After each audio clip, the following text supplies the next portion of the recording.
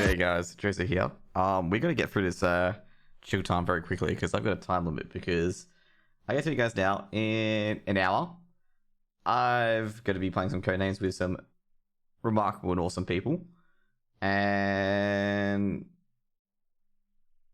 yeah. Some awesome people, sorry, I got a DM just then. I completely lost my focus. But we're going to play some codenames with some awesome people. We have some of the Nerd Out crew, basically, or not Nerd Out in particular, but like most of the guys in those Discord, they're pretty cool guys to play codenames with. I'm trying to figure if I've played codenames against any of those guys, actually. I'm not sure, actually. Let me just double check, but yeah, definitely top tier guys that we'll be playing some codenames with. And codenames, if you guys have not been here for a Cody stream as I adjust my webcam because it's too bright, and literally my forehead's becoming like the shining beacon of light that you can reflect the sunlight off.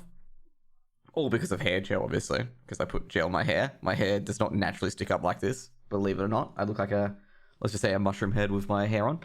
But yeah, like pretty much in an hour, we'll play some codenames. And yeah, we'll be playing some pretty fun codenames. I got most of the guys onto Discord already and onto the VIP stuff as well.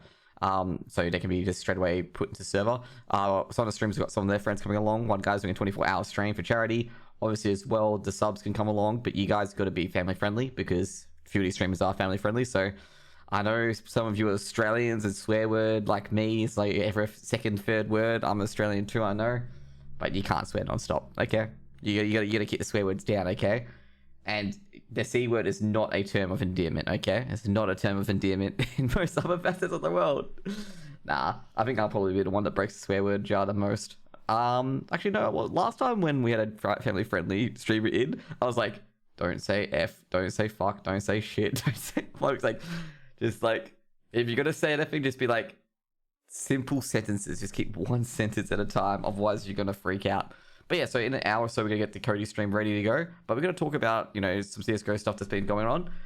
There's been some really good things, like even though there's been absolute shameful what some of the people have done, there's been some really good things in the scene that have, you know, done. Family friendly is speech unfriendly. Wait, how's that work? Family friendly can be actually quite fun as well, because you don't have to actually, like, you don't have to follow the crewness for the jokes, but Codenames is a hilarious game. Like, trust me, try being Spy Master and watching your team go off the complete wrong angle about a clue is both infuriating and funny at the same time, okay? Like, infuriating and funny on how big the stretches can be and stuff like that. You're sitting there going like, how did they get cow out of water? And oh my god, I think in the tournament we Kaisel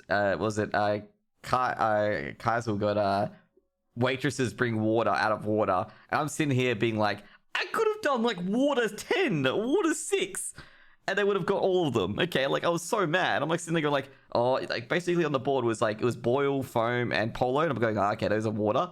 Then they're like, oh, quack, duck in water. And then waitress bring water. I'm sitting there going like, why did I not do water like 6? Like, seriously, like, these guys are going off the charts. And I'm sitting there going like, I always just do 3, 3, 2 to end the game. Like, you know, kind of like a precision kind of thing.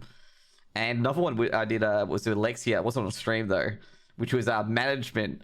And I was trying to string helicopter, director, and clock together. And I'm like watching, I'm like, urinating tree says, learn about clock management. So management, clock, management, director.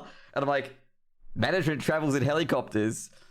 We'll tell you what they got. They got director and they got clock management, okay? They got clock management. They did not got helicopter, okay? They picked Cleopatra. And I'm sitting there going like, one of the guys like, oh, you know, management riding helicopters. I'm like, and then it's like Cleopatra and I'm just like, womp, womp, womp, womp.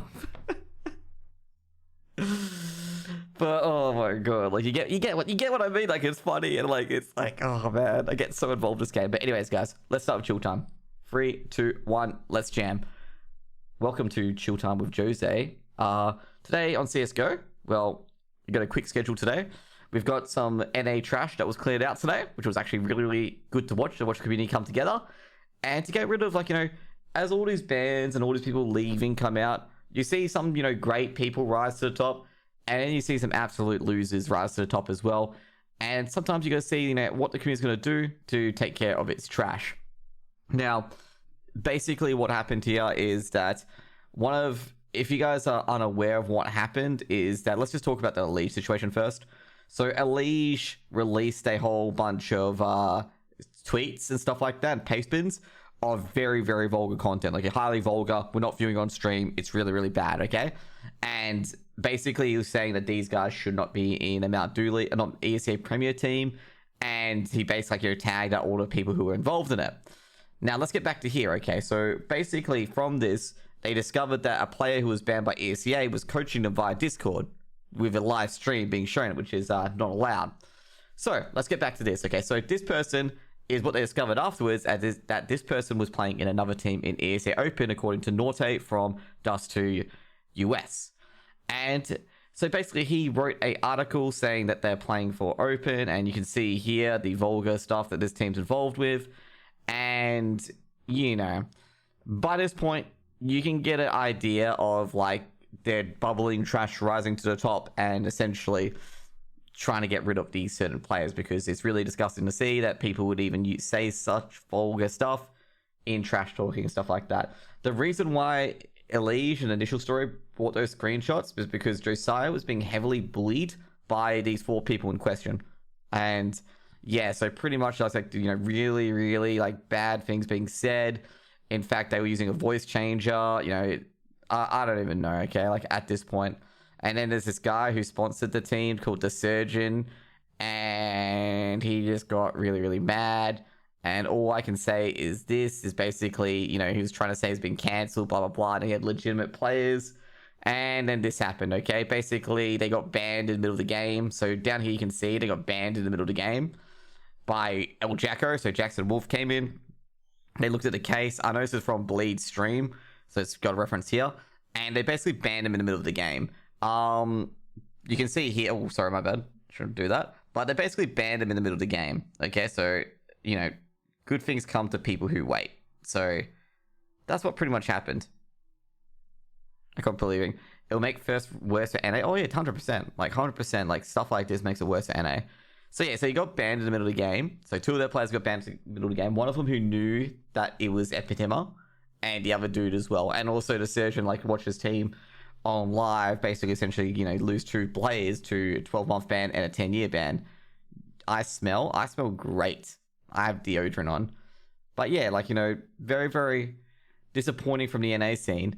And it progressively gets worse because we've got this, you know, Elige, we've Dare, Snap, Kel, and Shane. Basically, I'll just say now, it's just absolute racial slurs, disgusting language, harassment, non-stop telling players to, like, you know, like, just really horrible things to say to people, okay? And one of the Faceit guys made a really, really bad post saying that, you know, you provoke some of the behavior. I don't think any of his behavior is really provocable for telling someone, you know, calling someone a racial slur or anything like that. And then they went onto some podcast, I think it was Counter Nature, trying to claim... Anyways, B, how are you going today anyway? Trying to claim that, like, they were the victims and they did nothing wrong, and it's, like, Simple and Elige's fault for, like, telling these people that they're bad for the CSGO scene. And I was sitting there going, like, no, like, you guys saw my tweet, I think it was. I told them, enjoy time in the wilderness, okay? Because you guys don't realize that the horrible things you've said to people, especially to Josiah, especially, is hurtful and absolutely disgusting. Like, downright disgusting. There's no room for that sort of trash talk in the scene where you're personally attacking the player. Like, I can understand trash talk, like, you know, a bit of banter here and there, but literally going out your way to personally attack someone is not cool. And if you wonder why you've been banned, like, if any of you guys are watching this, which is highly unlikely, it's like, well, you got banned because you're just basically a prick. Okay, you're an absolute prick, and I'm saying it lightly. Like, you guys are literally scum. Some of these people are literally scum of the earth. Like, just slanging or whatever, slinging racial slurs. You know, harassing people in DMs and in game as well in chat. And it's like, dude, like, how do you expect the NA scene to grow if you got these guys in the environment to begin with? Like, some of these people just might as well, okay, I still want to play CSGO seriously. Like, what's the point of, like, playing MM to get just called, you know, to get called horrible things? Like, what's the point? So it's good to see that ESEA on the ball for it, Faceit on the ball for it, or not so much actually at the start, and ESEA on the ball for it to get rid of these guys. And this is what you're going to kind of deal with as well when, like, a whole scene moves to Valorant, is that you got to deal with the absolute great people, you know, Diamonds, you know, Shanamoff, stuff like that, and the absolute repulsive and disgusting people that shouldn't be in there. And also, not to mention as well, ESEA have cancelled all the games for Timberman, and it's most likely they're going to be kicked out, I reckon, and replaced with Pain, because good time to do it. Good team to do it as well. To be like, yeah, we'll place them with Pain, the Brazilian team that's up and coming. It's in advanced at the moment. They're probably going to get out of advanced, and they'll probably get in. Next up, we're going to do a quick ESIC update. But overall, I've got to say about this NA situation, I got to give it up to Norte, which is the Dust 2 rider. Got to give it to MMZ as well. He did a really good take on it as well. And Elish, especially in Simple, for like the pros really coming out there and putting on their front foot and being like, hey, this stuff isn't acceptable. Get the hell out of our scene. Okay, just get the hell out of our scene. Like, it's a big clap for them because, you know, people can simply be like, oh, I'll just mind my own business and that's it. It's really, really hard to take a stand against awful stuff that's happening, especially if it's going to benefit your scene overall. Because I think Elite just kind of recognized that the NA scene's been completely and absolutely blasted. So they're going to be like, okay, let's get them out of here. And that's pretty much it. And now you're probably going to see a bit more better NA players come through the scene and really like try a lot harder, especially in the advanced scene as well, realizing that just because there's a lack of players doesn't mean that you get a spot. You're going to try hard enough to do it. And it also means if you're being a complete scum bucket and haven't really changed your ways, then you're not going to change your ways anytime soon. Now, the sponsorship of the team was being the surgeon was paying players to get to ESEA Premier. And he's completely like just ruined his name. He's basically trying to sue ESEA for libel for $20,000, $5,000, and his own tweets are hearsay. Which I'll tell you now, he doesn't know how the law system works, and he's clearly a surgeon and not a very good lawyer, okay? Because in the court, libel, if it's true, it doesn't matter. You can't sue for it because it's true. Libel's got to be a defamatory statement that causes you damages. Well, you got damages because your team got banned from the ESEA scene. But if it's true what they say, according to ESEA, then bad luck, bro. You can't sue for libel. And then he was trying to say, like, his own statements, because he would be the person suing for defamation, is hearsay. And, like, it's not hearsay because you're saying it. Hearsay is if someone else said it. And you're quoting the other person saying it. But, you know, people be people. Next up, we're going to talk about ESIC. Quick update on ESIC. How things are going. Michael Carmody, I think I said last time that he's an absolute god. Like, I did talk to Michael a bit. Michael Carmody's probably like the best player, not best player, best person in the CSGO Australian scene at the moment because he's doing the heavy lifting that no one else wants to do, really. Or not no one else wants to do. He just knows how to do it and he knows the ways around and stuff like that. Like, he's probably the perfect peacemaker, as I'm going to say here, because he's done really good. Like, he's done an exceptionally good job. ESIC, you know, he's been trying to like wade through the swamp. Oh, I shouldn't be calling it a swamp. I think that's a bad term for it. But wading through, like, you know, the forest and stuff like that, jungle, you know, of ESIC, and you're trying to get the players to, like, you know, get some sort of idea of what they've been banned for, and even if some clemency can be done as well.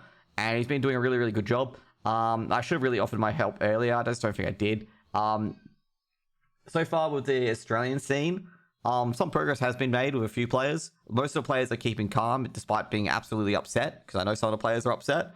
Hopefully they just keep their calm a bit longer. I can understand how annoying it is for them as well, because they're banned, don't know why they're banned, and I feel like this kind of thing that Michael's doing as well, like, it's not just helping himself, it's helping the CSGO scene overall, and also as well, it's helping, like, overall, like, let's just say, in the future, like, if ESIC do these kind of things as well, that they'll be challenged on it, and potentially, like, you know, they'll have everything in a row all ready to go, because, you know, everyone in the CSGO scene, like, needs to, like, you know, improve somewhat, and, like, basically, when they go into new areas, such as doing a mass banning of the AU's tier 2 scene, you know, there can be some teething problems, okay? There can be some teething problems, and a lot of emotions are definitely in the air, because most of these players are, I think, under 18, I believe, or 18. So they'll be very, very upset. Like, they really want to play their game, you know, with their friends in the league and stuff like that. And yeah, so Michael's doing a very, very good job. He, yeah, so he's done an incredibly good job.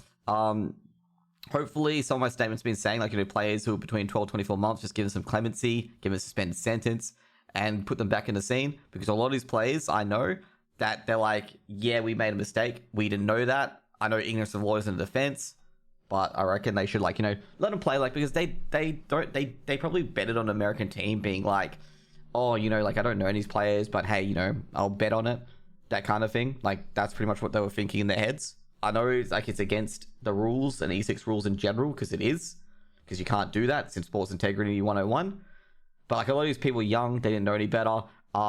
Maybe ESIC can improve as well, like having awareness of betting in sports, stuff like that. Just put it forefront, be like, guys, don't do this. You know, betting in any other games, game integrity, put it out there. And that's how we improve on it, pretty much. Their message, Discord, that was in their Discord, I believe. I don't want to read those out. That's exactly why I didn't show them on stream, because they're really, really, really, really bad. That's talking about the NA scene, just in case you guys are wondering. But overall, with the AU scene, it's been very, very good, very, very civil. Like a lot of players trying to keep their emotions in check, especially when they're teens, which is insanity. So I'm pretty, I think AU is doing a pretty good job at the moment. Also, as well, in AU scene, it's been kind of a good reprieve as well. That what is it? That some of the other players that coming through the scene, like I gotta give it out to who is it? Not Forbidden's roster. Dynasty as well. Dynasty was actually a really, really good game to watch. Like, I definitely enjoyed watching the Dynasty game. Because Dynasty played exceptionally well there. Like, that was a really, really good, show of trading, utility usage and stuff like that. And, like, even though this ban's come at the expense of a lot of the top tier scene, or not top tier 2 scene in Australia, it's actually unearthed some real good diamonds in there as well. And I'm really happy to see Nexa and Super. Like, basically, their team was pretty disappointing. They got some, BZ, Rewind, and a few others together. And they've really made a team like more of a sum of its parts. Like that team is quite good. I've got to say Rewind and BZ are very, very good for pistols, and it's kind of scary at how good they are for pistols. Now, the NA scene, Charlotte said Discord should be shut down. I would be surprised if they shut it down. It's pretty like poor what they said. But overall, I'm going to say I'm actually very, very like optimistic about the Australian scene, despite this complete disruption of the AU scene at the moment. I'm very, very optimistic of it. That essentially we can, as Australia can, the Australian scene can come back from this. Like, we're going to have a lot of talent here, and you're going to see why in the next few articles about roster changes and stuff like that, why, the Australian scene is going to become probably, one of the hot pockets of, a few players here and there to, jump into these international lineups, as international lineups are becoming quite popular. Now, we're going to get to the bad news first of all, which kind of blows, but we can do it. And once again, just happy with Michael and the AU scene in general, like really banding together and trying to help these players out. Now, at the start, I did say, like, the players, like, got to be careful about this and stuff like that. But I did say, like, at the same time, when I talked to a few of the AU players, I'm like, I think some of these players legitimately did not know. Like, they're inexperienced, they're younger than 20. And this is kind of thing where, like, hey, let's just rescind them, okay? And, that kind of thing. Like, apparently a lot of bans can be reversed. There's a few ones being reversed. I do agree, like, with the 36 to 60 month bans, you can't really reverse those because the thing is the player may have knowingly bet because it was on their team or the other team. So you can't really reverse those. Like, those are like, yeah, you can't really reverse that, like, not terribly too sure, like those are like match integrity sort of things, okay? Like match integrity sort of things, and you can't really just reverse that on a whim because you got to be very, very careful about that. But anyways, next up, North. This actually happened right after I finished Chilltime yesterday. So North ceased operations. Kind of, I'm gonna say now, like I saw this one coming because the North has really, really poor player management. Okay, I'm just going to put it this way. North's player management was not really good because they had a team. The team was underperforming terribly. And as you can see here, basically, they picked up a new team, but it was too late. So basically now, like, all these players are now free agents. Now, some good ones in there is definitely Lekro. I think Lekro is going to be the most unluckiest man on earth at this stage, considering the fact he's been through 3 teams in, what, like, say, 3 months or so. So he's probably literally the most unluckiest person I've ever seen. And there's a few players in there that have the potential to be decent. And I'm not too sure where they're going to go. I think most of these players are probably going to go to a team in Advanced. I mean, if it needs to go back down. Some of the players may go to Valorant. Because, Valorant EU looking for players as well. And, that's kind of the bitter end of the crumble there for North. Kind of expected, okay? I gotta say, Cation B, Lekro, AZ, and MSL, as Charlotte mentions, I was actually gonna mention all of them. They should have a chance to find a team. And Christo as well, actually. Christo should have a chance to find a team as well. Christo's a very, very good player. I've watched him play a few times in qualifiers, and he's insanely good. But honestly, I haven't seen Gate or Grooks that much, so I can't leave judgment for them either. Now, next up is gonna be Mad Lions. So it's actually kind of sad that they released Peacemaker. Peacemaker's probably one of the better coaches I've seen, like better, more formal and professional coach. And it's a bit sad to see Mad Lions depart with him. Peacemaker was the initial coach for the Mad Lions when Mad Lions purchased the Trick roster. And all I'm going to say, they've been essentially screwed over by Astralis. Okay?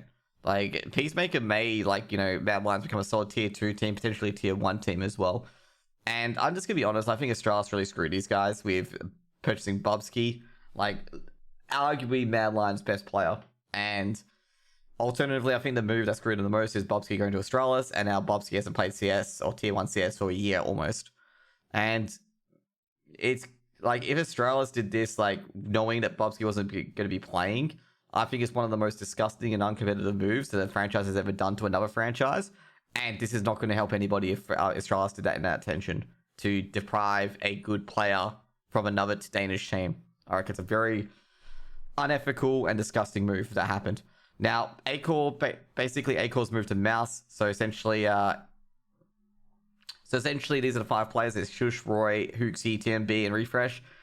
Refresh is very, very good rifler. I do agree with that. He's insane with the rifle. I've seen him doing insane 2 to 3Ks. I think he won a 1v5 as well. And a 1v4. Hooksy's quite good as well. Sush is actually a very reliable, B defender. He does all the dirty jobs that essentially, defending B by yourself on train and stuff like that. TMB, I'll probably pick Tezes over him. TMB is also another player that came to the Copenhagen Flames, so it's alright. And of course, Refresh, you didn't probably need no introduction to him. Hooksy, I think, is IGO, I believe. But Refresh is an incredible rifler. Incredible rifler. TMB actually was put into an AWPer spot, and I don't think TMB was much of an AWPer in Copenhagen Flames, given that was mostly given to Fire League. But yeah, it's kind of sad that Peacemaker left. I'm not sure what was the issue there with the Mad Lions, whether it was the money issue or something like that. I'm not sure who they can really get as a coach to replace Peacemaker.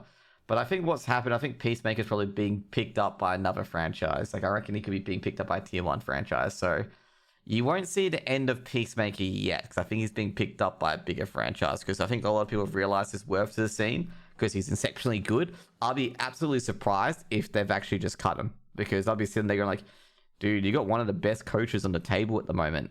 Why would you cut that? But, he could be going to, CSGO or Valorant. Doesn't really matter to him. He can basically coach anywhere, because the coach skills are pretty transferable. You don't have to know anything about a game.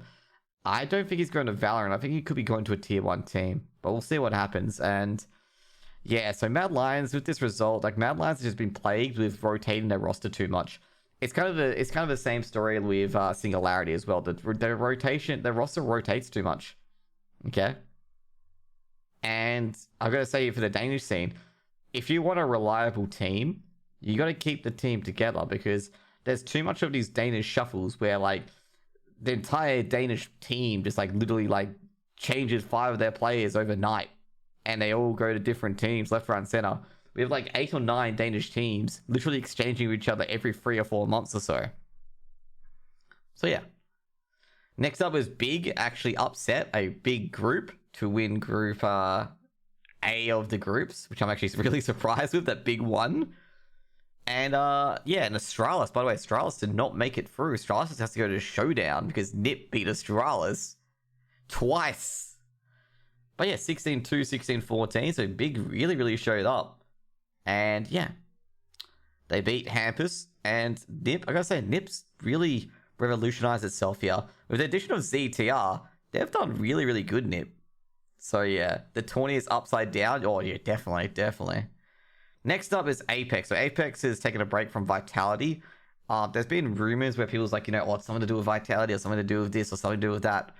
I have no idea what it's to do with, okay? I have no idea what it's to do with or anything like that. All I need to know is that, it's just, they say it's a global health issue, his personal problems, and he's on the sidelines. Stress is essential, have him back as soon as possible.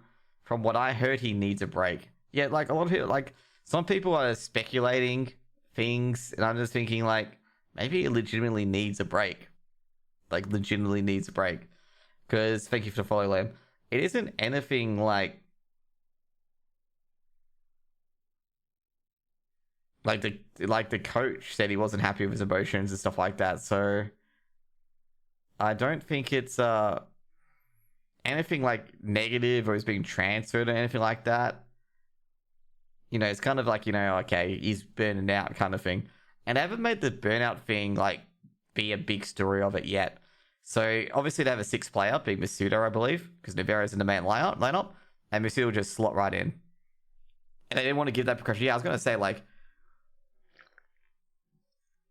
they were trying to avoid the impression that, you know, that was due to burnout or something like that, okay? Like, they were trying to avoid it altogether because of what happened at the Strata situation, which a lot of people are going to say they feel like it was like, it was not burnout, but contract negotiation under the table, okay? Like, they did, like, after what happened with Astralis, they don't want to really talk about it, okay?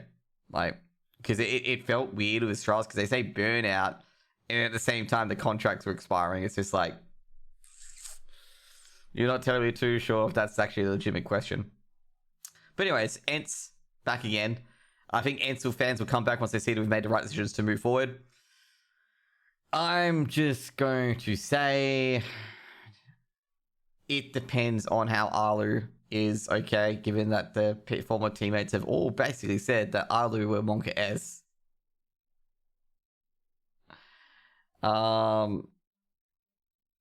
So yeah. So they picked up a few players. Trying to find Ence's roster at the moment. So Ence's GM has had an interview with Mira. I think Ence's new roster can be hard here, which is Alu, Snappy, Doto, D-Heart, and Spinks. This is going to take a while to put together, given that D-Heart, like, this is, like, a lot of people have judged him quite early, saying that, you know, they should abandon the Ents experiment, save people, blah, blah, blah.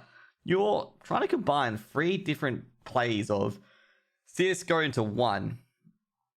It'll take a long time, and it all depends on Alu, okay? Because Alu, according to all of his ex-teammates, say he's very, very toxic and a very, very different personality behind closed doors, okay? And if people say that, and if it's like 4 or 5 people saying that, and they got, you know, it becomes a kind of a pattern and maybe kind of a problem, okay? And you've got great riflers in D-Heart and Spinks, okay? Like, D-Heart and Spinks are amazing riflers. Doto can play, you know, rifle and AWP. Like, you know, he's quite good as well. But, like, you've got amazing riflers in that team, you know, with Spinks and D-Heart. And you also got a great RGL, who's been RGL of many teams. Snappy as well, like, been a very, very good RGL. And, like, seriously, it depends really on the attitude of the team and whether they act like a team or not. And people have already, like, called to abandon it for some reason because they had a bad result once. You guys, you don't make teams overnight. Like, you're combining different levels of player. You're combining an Israeli, a Polish, 2 Finnish, and 1 Danish to a certain roster setup. And Snappy's roster setup and play is going to be very, very, you know, rigid and flarish, like most Danish teams, which rely on utility a lot. And a lot of these players, you know, D-Heart's coming from Sprout, where he was the guy that was literally popping off people's heads, like, you know, doing a wide pick and single-handedly just punishing everyone. And Spinks is kind of the same. Like, he's an aimer. And a lot of Danish, like, plays and tactics aren't around based on aim. So they got to kind of, like, adapt to it as well. Now, I'm going to say, of course, D-Heart's probably the best on that team with the aim and stuff like that, and Spinks coming close second. But, like, you got to, like, kind of people got to realize this as well. With this decision of keeping Alu, I'd say not a good idea. Not a good idea, personally. It depends on Alu. If Alu reforms himself, great, all good. Good luck to Ents. Congratulations. But if Alu's just locker room cancer, like according to his ex-teammates, then it's going to be an awful situation, okay? And the thing is, you didn't have to keep him. There are so many other AWPers out there that you can just pick up so easily. Like, that's the thing. Like, there's so many other AWPers out there that you can pick up. Like, you can even pick up Oscar, for example, who's playing for Sinners as well. And I'm just hoping for the best because you got really good players in there. Like, you know, you got D-Heart and Spinks, very good up and coming riflers that could have gone anywhere else. But yeah, next up we got Nip releasing twits. They picked up ZTR for this. I believe this was after he got benched, obviously, and they brought in ZTR. It's kind of obvious that Twist was leaving. I don't think Twist, a player of that caliber, will want to stay on a advanced team. Don't blame him, to be honest. And yeah, so he's just gonna get his contract. And basically, NIP have not announced if ZTR is gonna take that spot permanently. It'd be a big, big upgrade if they do. And yeah, this one actually struck me out of nowhere. But Forza signed Kensei and Zorte. And with signing of Zorte, that means XE Power's gonna be benched. Because Zorte is an AWPer. And this one came out of left field for me because I'm sitting there going like, okay, looking at Forza, I'm like, looking at the roster here, I'm like going, nah, I wouldn't replace XE Power. Face Crack, yeah. But XE Power? He had a couple of bad months, but he's been really, really good for the team. So I know Forza needed a change, but I don't think it's the AWPer position personally. I think it's one of the riflers. I think it's the riflers that you got to change. Like, you got it right with Face Crack, but I just don't understand Zorte. Like, I thought XE Power was performing quite well. Like maybe he had a few bad series, but like, you shouldn't be getting rid of your players based on that, to be honest. And yeah, so essentially, Face Crack and XE Power go. I guess say XE Power is probably going to go to Namiga, I reckon. Like, there's a lot of other teams that, want to upgrade their AWPer. And this is the worst part for a CIS region team, okay? If you're an AWPer of a CIS region team, it is very hard to get an AWP spot. Like, look at the AWPers, for example. You want to get to Na'Vi, you got Simple. You want to get to, Gambit, you got Shiro. You want to get to, Virtus Pro, you got Jame. Like, the free, like, probably the 3 out of the 5 best AWPers are in CIS teams. So, like, can you imagine, like, being, like, a Russian or, Russian around that area, trying to get into the CSGO scene as an AWPer? When you got, like, 3 out of the 5 best AWPers in the top 3 CIS teams. Like, it's insanity. And, like, maybe they can go abroad. Like, if they've got good enough English, they could go abroad. I know a few of them do, that they could go abroad and go join other teams. But I think I'm going to be out there with this. I think a lot of these Russian AWPers, they might have to extend out to Europe, to be honest, because that CIS scene is just packed of really good AWPers. Like, this is the worst part. Disbalance and XE Power are now free agents, and basically the next, rung of the CIS people are going to pick them up, and then their AWPers are going to be gone as well. And, like, for example, if Namiga pick up XE Power, Speeduck is not, like, Speeduck is not a bad AWPer. Like, Speeduck's a pretty decent AWPer. And it's just like, where's he going to go? Like, he's quite good himself. Like, you sit there being like, oh, wow, like, these players, like, this guy's a good AWPer. Like, he could get a spot in any EU advanced team. It's just like, where is he going to go? And this is what I'm thinking about the issue with the CIS team, is that CIS region, is that they have too many good AWPers. like, if you think about it, if you think how scary it is, it's like, I'm pretty much on the money. They have too many good AWPers that a lot of these AWP talents that they have are going to have to go elsewhere into Europe, because they're not going to get into any CIS region teams because they've all, got their AWPers to begin with. So I think that's what I'm going to say to the Russian AWPers, is that you might have to look inside of Europe. So just, pick up English, learn English, and just look for an international team potentially, because I'm not sure if I'm correct about this, but from my point of view, a lot of the CS teams I see, their AWPers are probably the best player in that lineup. Like, best player talented-wise. Like, for example, you got Na'Vi, Simple, easily the best player in that lineup. Then Electronic a close second. Then you go to Virtus Pro. Jame is easily one of the best people in that lineup, close to Kika and Buster, and also Yakinda. And then you got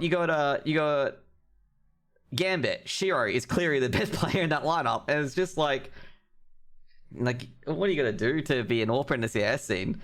And I just find it unlucky for XE Power to be here, because like, it's just unfortunate. And like, Zorte is a good AWPer as well. This is the worst part. Zorte is a very good AWPer, joining Forza.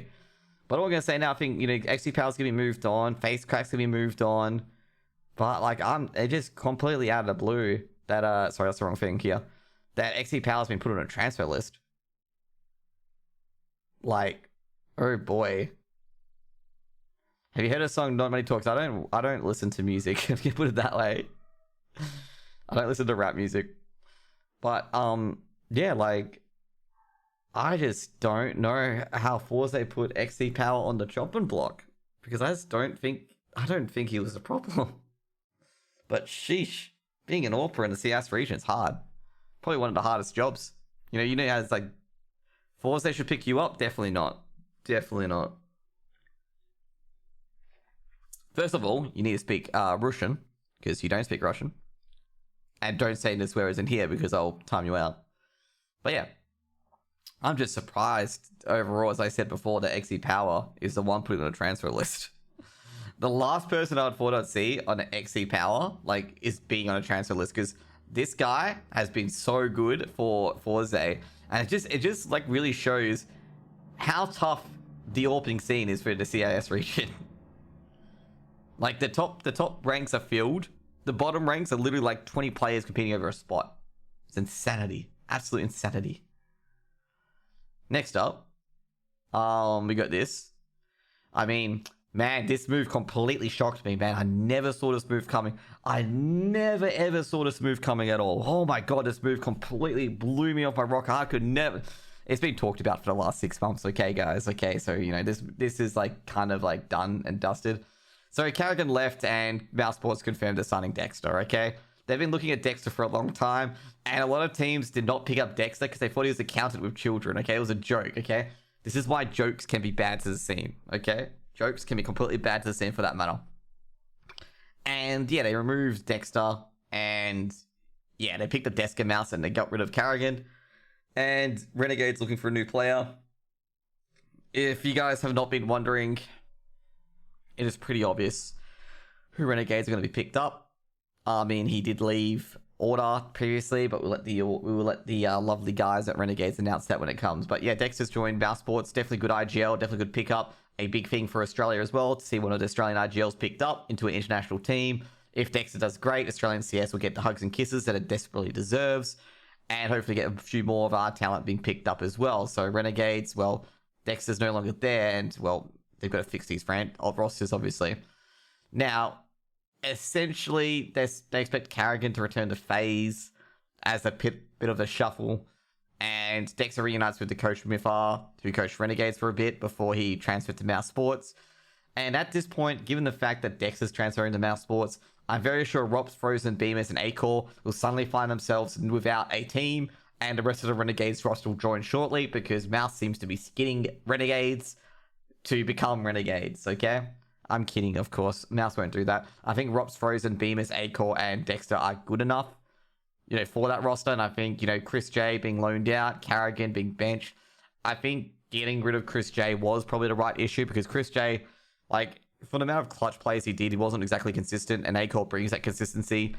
And I'm a bit surprised that Frozen hasn't been, you know, given his marching orders, given that he didn't play particularly well previously. But he's playing a bit better now, so he's recovering at least. That's what they're banking on. But, like, overall, like, you know, Dexter being in the lineup, good IGL. He's a very aggressive IGL as well. And I feel like his aggressiveness as an IGL will surprise a lot of teams. It surprised Cloud9 at Leipzig. It didn't surprise Big at Leipzig, because Big did smash him up. Surprised, who else? I think we beat Cloud9 twice in Mad Lions. But yeah, you know, it's like, you know, he can basically impress people and stuff like that. And as I said before at Leipzig, I really didn't like the analysts' comments to Dexter and like the Renegades playstyle. I thought they played exceptionally well. I think a lot of people, analysts, were a bit unfair to Renegades. Like, they were saying that, you know, Cloud9 were easily going to beat Renegades. I'm sitting there going like, nah, I think Renegades going to win this. Like, I think Renegades can match Cloud9. Like, they're quite good. So I think in the end, I think a lot of analysts got to realize that, you know, Dexter is kind of the real deal. And that he's quite a good IGL. And I think it's just been a lot of, like, not really going into the Australian scene and checking out, like, how good they are and stuff like that. Because it's kind of a buggery when I go to the Australia scene, everyone's like, oh yeah, they're just bad. Okay, like, there's only like 5 good people in that scene and that's it. Which is, you know, basically the extra roster. And it's good to see that, you know, basically the Renegades have proved that all wrong. We'll see how Renegades go in the future as well. Being a tier 2 team, coming second to a very amazing big team. Like, that big team at Leipzig was they were unstoppable, okay? Like, that big team was unstoppable. Like, no one was stopping them. Like, there's a lot of teams that weren't, like, a lot of teams are just basically just getting rolled. Like, the fact that Renegades almost won their map pick off Big is kind of impressive, considering they 2-0'd everyone else in the tournament. So next up is going to be the talent for Katowice, I believe. This is actually a very, very good talent, by the way. You got Yenko coming back from FaZe, Kassad coming back as an analyst. You got Get Right. I think Kassad can come back given the fact... Oh, no, he's not with Extremum. I thought he was with Extremum. But yeah, so we got, three really good analysts right there. I was going to say, like, maybe I should have told Get Right they would be a good analyst instead, okay? But Get Right deservedly so being an analyst because he's kind of revolutionized the game. Like, a lot of people will be like, if you ever think of, like, a person who's, like, being this person who's been out there and, what do we call it? Like, out there and, done a lot of... bringing a lot of new tactics to the game.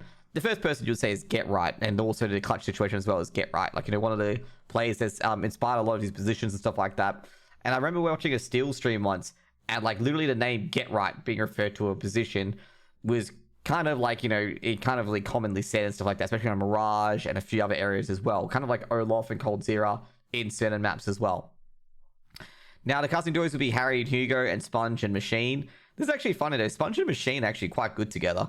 Like, I would never expect Sponge and Machine to be really, really good. Like, what I'm saying is, like, really, really good together, if you get what I mean. Like, you think, like, Machine's kind of, like... It's just weird. Like, Sponge is probably a born-again caster, okay? Like, he can cast anything, he can analyze, cast, do whatever you want, just shove him in, he'll do it. But, like, with Machine, I didn't think, oh... But they've been amazingly well. Like, they've been a great duo to watch and just chat with. Like, they just talk about random stuff as well. Like, when the round's, like, practically over, people are saving, there's no action... They talk about some, like, really hilarious stuff, and then they just get back in the action. It's always, like, serious business. I'll have a general chit-chat, try to entertain the crowd. Business, chit-chat, business, stuff like that. Like, they're very, very good that way. They got Stunner as the host. Stunner's probably Trace is probably one of the better, best hosts I've seen. Like, very, very good directing stuff and stuff like that. Then you got Frankie as the interviewer. Frankie's probably one of the best interviewers as well. I believe the other cast is Dean. He's quite good. Daft Mike, he's been, like, really solid for the NA scene for ESEA, and he's been one of probably the better casters for the NA scene. He's just a tier above the other NA casters at the moment. Most of the NA casters are quite young, and Daft Mike's got a lot of experience on him. And last one's the duo of Dweg and Eternal J, and they've probably been the main feature spotlight in those tier 2 tournaments, so it's about time they got a ring up to the main event. And I think a lot of people, like, got to realize that they got to find that duo and casting kind of quickly, and it does take a while with the casting and stuff like that. So congrats to all those guys who got in. I was actually wondering as well with the ESL casting was like what was going to happen, because there was 3 games all at once, but it's good to see that they've finally addressed it, because I was actually asking questions about it. I was like, oh, what's up, like, who's giving in these casting positions and stuff like that. Anyways, next up, this probably just round up the evening. Illumina have signed up to a new roster, and I've got to say, thank God, Morals has been picked up by a team. Thank God. And this is a decent team. Like, this is a really, really decent team. You got Marcos, Sydney, Morals, Grubby. It's a really good team. And you got Mouse as well. Like, this team's going to be quite scary, okay? Nobody beats the Oz casters, though. To be fair, you're not wrong. Nobody does beat the Australian casters. To be fair, I think everyone just likes the accent at the moment. I think, like, you can't just have an Australian caster and that's it. Like, you got to be, like, Australians, like, have an interesting sort of way of speaking, as well as, like, introducing topics. Like, Chad, talking about Sponge, by the way, before we go on with this. Sponge has a personality, and a very out there and outgoing personality, as well as having an Australian accent. Like, he's, like, he can present boring information in a very exciting sort of way. Like, boring information, like, like, oh, this guy's, like, absolute trucking it up with 120 ADR and stuff like that. He can make it sound exciting. He can make the boring sound exciting. And if you can do that, you're going a lot of places in analysts, okay? You're going to a lot of places. Now, so basically, I think they're called the Groovies. Oh my god. Did they really listen to my casting, or did they come up with this themselves? I called Grubby Grooby as a joke, because we were making French names, because I think it was Jam, the new fragrance, because it was James, because HOV, Vanguard, and we called Jam, Jam, new French fragrance. We put Grooby, as the other one, like, as a meme, and they call themselves the Groovies.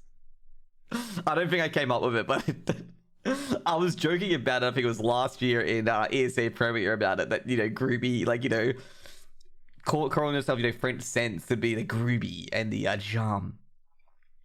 But either way, so it's good to see that these guys got a team.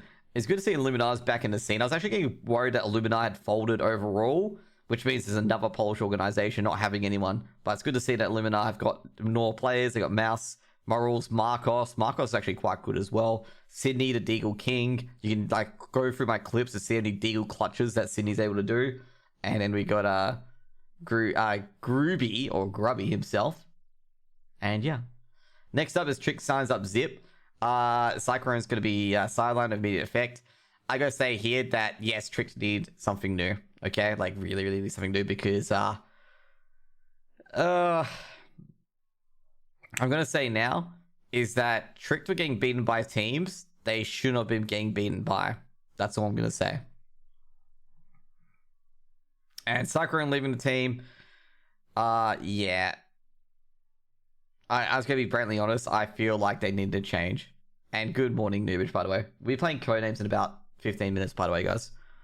JSA New Year's review. All I'm gonna say is here, like, Trick need to change direction. Like, I casted that game against Grond, where Grond absolutely killed them on the CT side. And yeah, something's up. Like, if you like, Tricked are a team that came second in advanced in like 2 seasons ago. They didn't make playoffs last season. Something has to give. Like, Trick should have been able to at least be semi-competitive with Grond and not get completely plastered by them 16-6. Okay, like, it should have really been more like 16-13 or 16-12. It shouldn't have been 16-6. Like,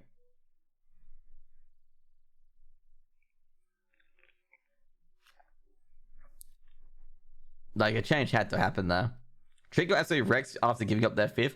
Well, they just got wrecked in general. Like, you can't lose a train seat. You can't win. You can't lose a train T side 14-1. Let's just put it that way, okay? So, as everyone said, Basso was leaving the team. He left Copenhagen Flames. He's basically joined Finest, and kind of out there with Finest, to be honest, because there's Torek. There's a few players in there. There's more from the Estonian and Israeli scene. I wonder how these guys will end up in the end. Because, yeah, like, Finest, they got 5th to 8th. They're another, that's right, it's David's team. Completely forgot about it. Sorry, I was wondering, like, who's this team? But yeah, David's coaching the team. David's actually a pretty good coach overall. I think you may see him as David Live. I always see David D Live. I'm like, what the hell is this guy? Is he from D Live? Then I actually read his name and I'm just like, oh my god, I'm a moron. I'm just like this. I'm like, oh my god, I'm such a moron. But yeah, so this is David's team. I reckon this team's got a lot of promise, given that David's a very, very good coach. Do you talk about Alex benching himself on Italian and how they fell apart? No, not really. I don't know why Finest changed players, to be honest.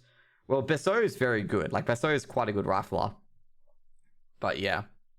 Once again, Shocks ruins the team. I don't know, to be honest. I just don't involve myself in that. They were still decent. Yeah, like, they were still decent. But it's, you know, interesting that they've put Besso in the team, and David being the coach as per usual. I'm not sure who left Finest, actually. I'm trying to think. Could be studies as well. Like, you never know. Like, it could be studies. Like, some of the time, some of these players that leave teams, it could be like, you know, just studying for something else because they're not being paid enough to play CSGO at the end of the day. So overall, like, you know, kind of a good show. We actually talked about cleaning up the NA scene. So the NA scene's being cleaned up in a very funny fashion with one of the team guys. I think it's the Surgeon, for example. I'm not sure of his name. He's gonna be like gone. Like, you know, he's gonna get his 5 minutes of fame, which is gonna be this. Where he's like, you know, our team are all legitimate members, and they find out they're all banned players. Interesting. Or the 2 players that they're MDL quality or ESA Premier quality are basically banned players and part of the group that said all the racist slurs and stuff like that. That Vitality news is big. You're talking about Apex going out, but I didn't really talk about Shocks at all. Haven't really seen that, actually. To be fair, I don't think anyone will support on that drama, to be honest. On a CSGO level, mainly because the NA drama has been a bit crazy lately with the Elige calling out those 4 players from Timbermen. I really got to feel sorry for Wreck Monster, who's on that team and had no idea, like, all his other teammates were absolute disgusting people.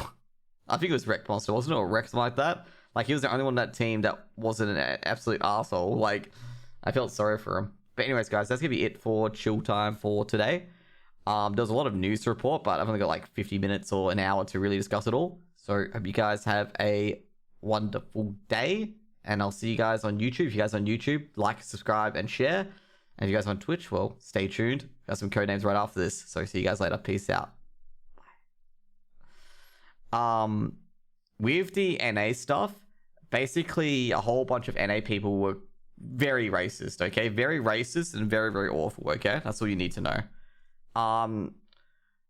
There was one of the players from there, I think it was like Snav and stuff like that, they were like really, really awful to people. I think you would have seen that. Like Alicia called them out. Like Alicia's got a tweet. If we can find Alicia's tweet and give it to you. That is basically calling out all the awful stuff that these guys have done and said to people. And the reason why I can't show on stream, as basically Charlotte pointed out, is that it's super, super vulgar. Like, it's super, super vulgar. And, like, basically, like, Charlotte's reading it, as I said, like, it's really awful. I can't show it on stream. It is awful. Like, yeah, they dropped them off that. Yeah, exactly. Like, it was that bad. Like, so bad. And, yeah, like, it's good to see that the AU scene did something about it. Now, meantime, what I gotta do is, let's just get the Cody started.